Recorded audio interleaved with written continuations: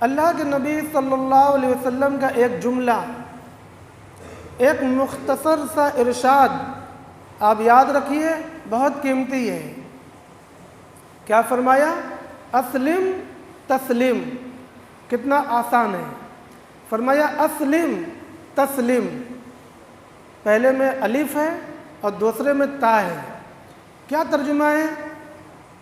اسلام کے اندر داخل ہو جاؤ۔ اسلم یہ امر کا صیغہ ہے، اس میں حکم دیا جا رہا ہے اسلام کے اندر داخل ہو جاؤ، اسلام کو قبول کرو۔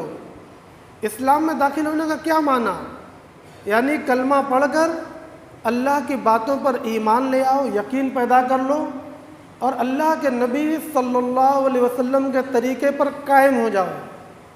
اب کیسے سونا ہے، کیسے جاگنا ہے، کب سونا ہے، کب جاگنا ہے، کیا کھانا ہے، کیا پینا ہے، کیا پہننا ہے، کیسا پہننا ہے، کتنا پہننا ہے، کیا پڑھنا ہے، کیا لکھنا ہے، کیا سننا ہے، کیا بولنا ہے، کیا لینا ہے، کیا دینا ہے، تمام چیزوں کے اندر اللہ کے نبی صلی اللہ علیہ وسلم کے احکام آپ کو مل جائیں گے۔ انہی احکام کے مطابق اب زندگی گزارنا ہے۔ اس کا نام ہے اسلم۔ اور سلم یسلم، سلم یسلم سے تسلم، یہ تسلم ہے۔ جب ہم جملہ ختم کرتے ہیں تو وہاں پر ٹکان ٹک دیتے ہیں، اس کو عربی میں وقف کہتے ہیں، اسی کو میں نے پڑھا تسلیم۔ کیا ترجمہ ہے؟ یہاں پر ٹکان واجب ہے کیونکہ جواب امر ہے۔ جو لوگ عالم ہیں یا عربی کے قواعد سے واقف ہیں تو یہ جانتے ہیں کہ جب فعل مضارع امر کے جواب میں آئے گا تو اس کے آخر میں جزم کرنا واجب ہے۔ لہذا تسلیموں کے میم پر جو زبر تھی اب وہ زبر نہیں پڑھی جا سکتی کیونکہ اس سے پہلے صیغہ امر آیا ہے۔ اب کیا ترجمہ ہوا؟ اسلام کے اندر داخل ہو جاؤ، تم سراپا محفوظ ہو جاؤ گے، امن میں آ جاؤ گے، سلامتی میں آ جاؤ گے۔ سلامتی میں آ جاؤ گے، یہ اللہ کے نبی صلی اللہ علیہ وسلم نے فرمایا۔ مجھے آپ بتلائیں آج مسلمان کتنی سلامتی میں ہے سلامتی میں؟ ہر طرف مسلمان پریشان حال ہے، ان کا اکنومیکل بائیکاٹ کیا جا رہا ہے، ان کی ذات کو، ان کی قوم کو، ان کے مذہب کو، ان کی کتاب کو، ان کے نبیوں کو، ان کے اکابرین کو بدنام کیا جا رہا ہے۔ اس بات کا الزام دیا جا رہا ہے کہ سارے فساد کی جڑ، سارے خلفشار کی جڑ یہ لوگ ہیں۔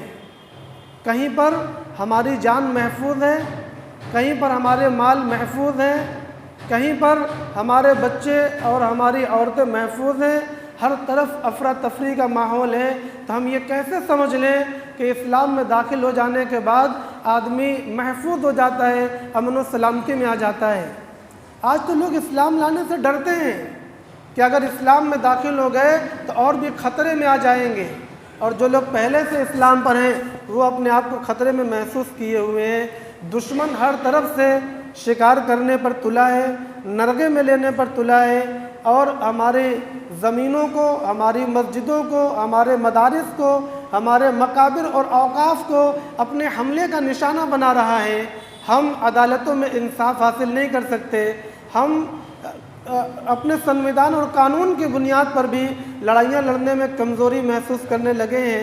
ایسے حالات میں یہ کیسے کہا جا سکتا ہے اسلم تسلیم؟ اسلام میں داخل ہو جاؤ، تم سراپا امن میں آ جاؤ گے، شانتی میں آ جاؤ گے۔ پھر اس کا کیا معنی ہے؟ کیا نبی پاک صلی اللہ علیہ وسلم کے اس ارشاد پر ہمیں کوئی شک کرنا چاہیے یا پھر اس کے معنی اور مفہوم کو سمجھنے سے ہم قاصر ہیں؟ تو اس کا جواب یہ ہے کہ ہم اس کا معنی صحیح سے سمجھ نہیں رہے ہیں۔ اس کے معنی میں بڑی عمومیت ہے۔ اس کا معنی صرف یہی نہیں ہے کہ ہم ملکی اعتبار سے محفوظ ہو جائیں گے اور معاشرتی اور سماجی اعتبار سے محفوظ ہو جائیں گے۔ تسلیم کا معنی اس سے کہیں زیادہ وسیع ہے۔ کیا معنی ہے؟ اس کا ایک معنی یہ ہے کہ تم اسلام لاؤ، تم امن میں آ جاؤ گے، تم شانتی میں آ جاؤ گے۔ یعنی جو اور بھی دوسری طرح کی زنجیریں ہیں، جن زنجیروں کا بیان پچھلے ہفتے کیا گیا تھا، ان زنجیروں میں انسانیت جکڑی ہوئی ہے، غلامی کر رہی ہے، ان زنجیروں کو توڑنے کے لیے اللہ کے نبی صلی اللہ علیہ وسلم آئے تھے۔ وہ زنجیریں کیا ہیں؟ ظلم و ستم کی زنجیریں اور باطل قانون کی زنجیریں، بے بنیاد روایتوں کی زنجیریں، اور میں نے بتلایا غلط رسم و رواج کی زنجیریں۔ اور یہ غلط رسم و رواج اور باطل روایات ہماری دنیا کے اندر بھی داخل کر دیے گئے ہیں اور ہمارے دینی امور کے اندر بھی داخل کر دیے گئے ہیں، جس سے ہماری دنیا کی زندگی بھی مشکل ہوئی اور دین پر عمل کرنا بھی ہمارے لیے مشکل ہو چکا ہے۔ انہی زنجیروں کو توڑنے کے لیے نبی پاک صلی اللہ علیہ وسلم مبعوث ہوئے تھے۔ تو جب انہوں نے فرمایا کہ اسلام میں داخل ہو جاؤ، یعنی ان تمام زنجیروں کو توڑ دو، جب انسان زنجیروں سے آزاد ہو گیا تو کیا وہ امن محسوس نہیں کرے گا؟ کیا وہ سکھ کا سانس نہیں لے گا؟ یقیناً وہ سکھ کا سانس لے گا۔ اس کی ابتدا ہوتی ہے اپنی ذات سے، ابتدا ہوتی ہے اپنی ذات سے۔ آدمی جب ایمان کے اندر، اسلام کے اندر داخل ہوا تو اس نے اپنی زندگی کا طور طریقہ بدلا۔ سب سے پہلے وہ بہت سے معبودان باطل کو چھوڑ کر ایک اللہ کی پرستش کرنے لگا، ایک اللہ سے مانگنے لگا، اور وہ جو انسانوں کے ہاتھوں کے بنائے ہوئے تھے، جو اپنے وجود میں مٹی کے محتاج ہیں، جو اپنی شرمگاہوں کو ڈھانکنے میں غیروں کے ہاتھوں سے کپڑا اڑانے کے محتاج ہیں، جو مکیوں کو ہکا نہیں سکتے، جو نہ کلام کرتے ہیں نہ سنتے ہیں، جن کو ہر تہوار پر ندیوں میں پھینک دیا جاتا ہے، ایسے معبودان باطل کو چھوڑ کر اب وہ اپنے حقیقی مالک سے ملا اور ان سے دعا کرنے لگا، ان سے مانگنے لگا، تو اس کو یقیناً سکھ اور شانتی ملے گی، کیونکہ اب اس کا دل اس سے جا ملا جس نے دل کو بنایا تھا، اور جو دل میں بسا تھا۔ ہر مسلمان اور کافر کے دل میں کسی نہ کسی کونے میں اللہ کا خیال ہے۔ یہ ایک الگ بحث ہے، بعد میں کبھی چھیڑی جائے گی۔ ظاہر سی بات ہے کہ جب دل کے اس چنگاری سے وہ ملے گا، لازمی طور پر، نتیجے کے طور پر اس کو سکھ کا سانس ملے گا، اور اس کے بعد پھر زندگی کو وہ بدلے گا۔ ایمان میں آنے کے بعد کیا بدلے گا؟ پہلے جھوٹ بھی بولتا تھا، اب جھوٹ نہیں بولے گا۔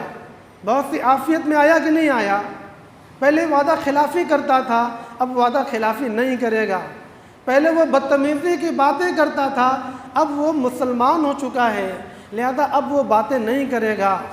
پہلے وہ بے وقار بات کرتا تھا، اب وہ پروقار بات کرتا ہے۔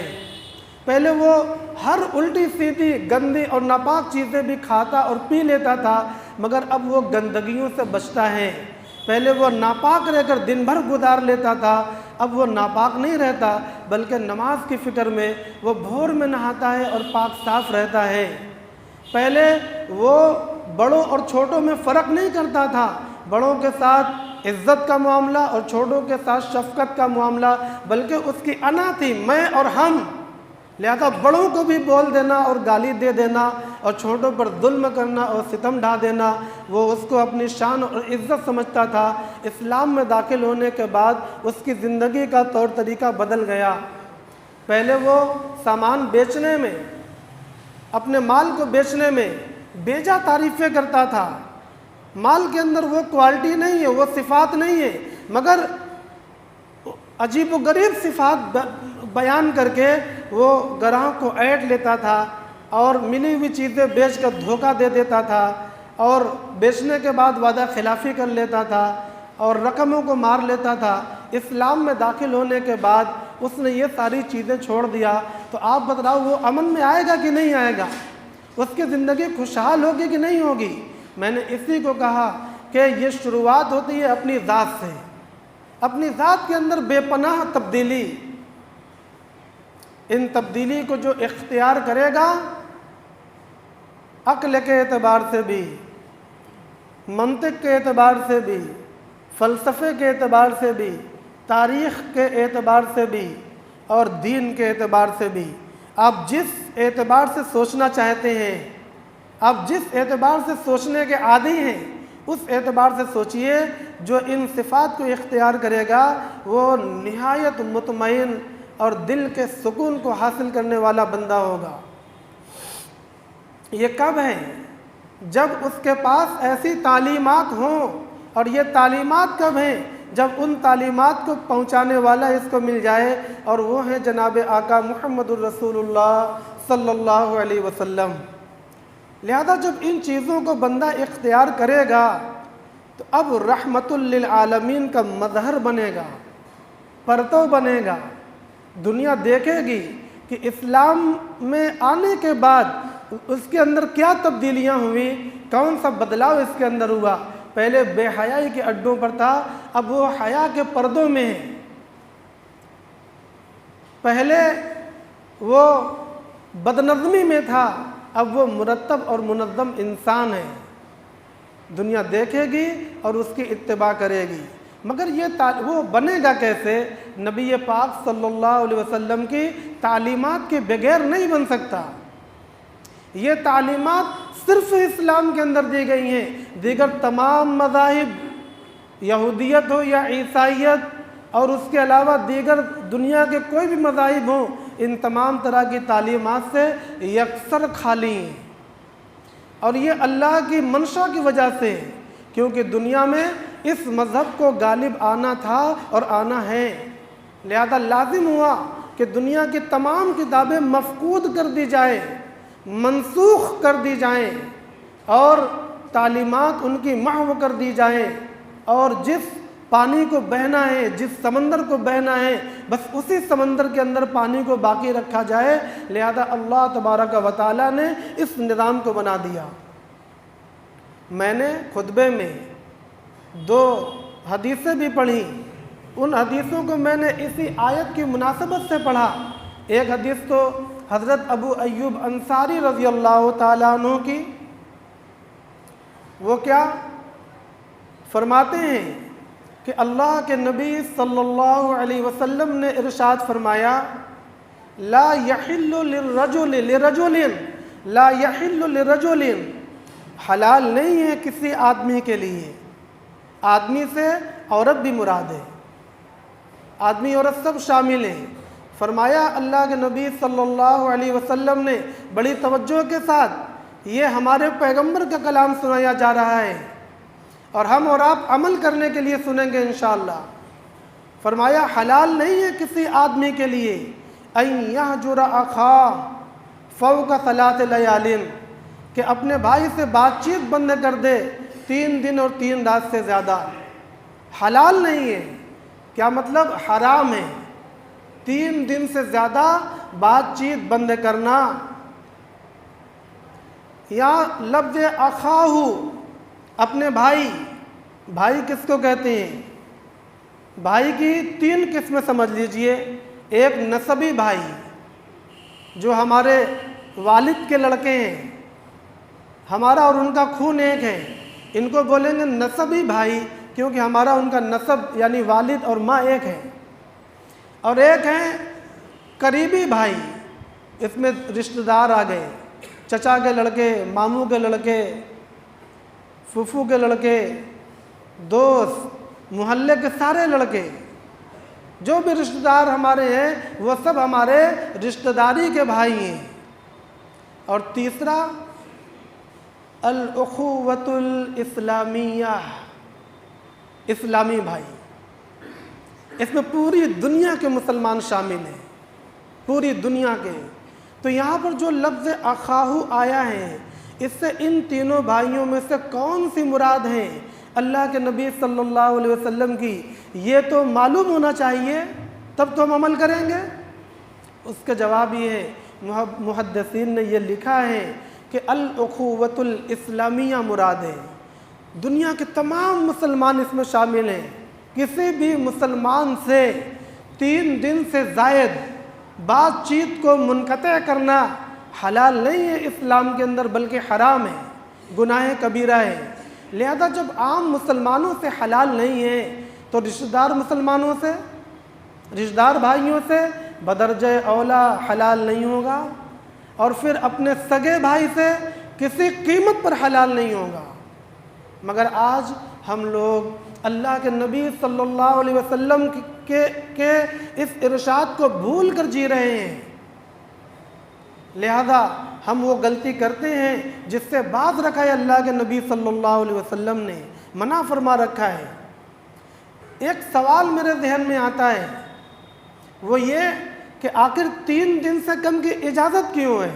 3 دن سے زیادہ اگر بات چیت بند کرتے ہیں تب حرام ہے، اور اگر 3 دن سے کم میں بات چیت بند کر دیتے ہیں تو آپ اس حدیث کی شرح کو اٹھا کر دیکھیے گا، لکھا ہے جائز ہے۔ کسی سے 2 دن بات بن رہی، 2.5 دن بات بن رہی، 3 دن اور 3 رات گزرنے سے پہلے بات چیت شروع کر لیا تو وہ حرام کے گناہ میں شامل نہیں ہوگا۔ تو 3 دن سے کم میں اللہ اور اس کے رسول نے جائز کیوں رکھا ہے؟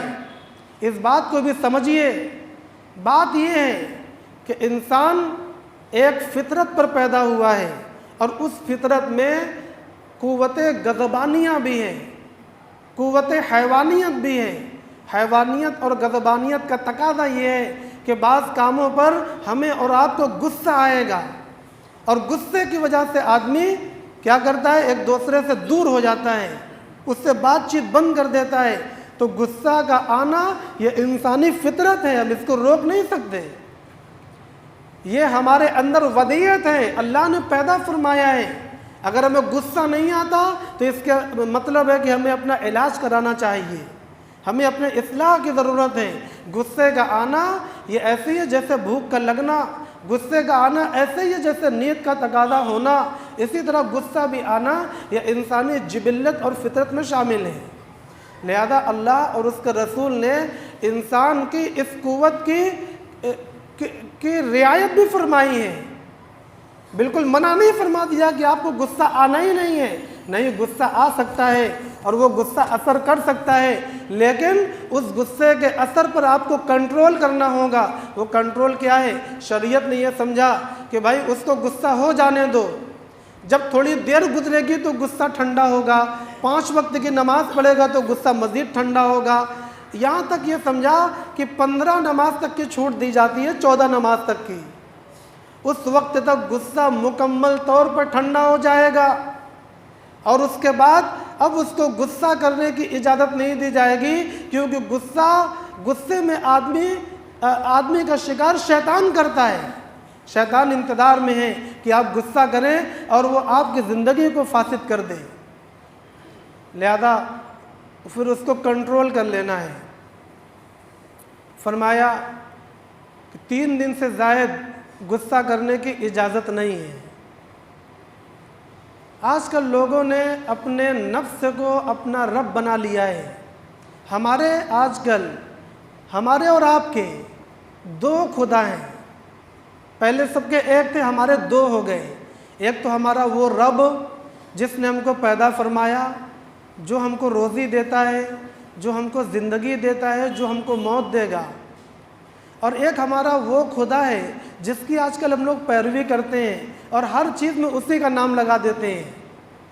2 بھائیوں میں لڑائی ہو یا غلط فہمی ہو، ایک بھائی دوسرے بھائی سے بات چیت بند کر دیتا ہے، اس سے پوچھو میاں آپ بات کیوں بند کر رکھے ہیں؟ حلال نہیں ہے۔ وہ کہتا ہے ہم نے خدا کے واسطے اس سے بات چیت بند کر رکھا ہے۔ اچھا، اتنے بڑے بزرگ ہو گئے، اتنے بڑے محدث اور اسلام کو سمجھنے والے ہو گئے کہ الحب فی اللہ والبغض فی اللہ کا مصداق کیا ہوتا ہے، بغیر پڑھے ہی سمجھ گئے، جانتے کچھ نہیں، علی بات سے واقف نہیں ہے، مگر وہ کہتا ہے کہ اللہ کے واسطے ہم نے اس سے غصہ رکھا ہے۔ اور گھریلو لڑائی کو کہتا ہے یہ حق اور باطل کی لڑائی ہے، اس لڑائی کو اگر میں نے بند کر دیا تو گویا حق کا ساتھ ہم نے چھوڑ دیا، میں حق پر قائم رہوں گا۔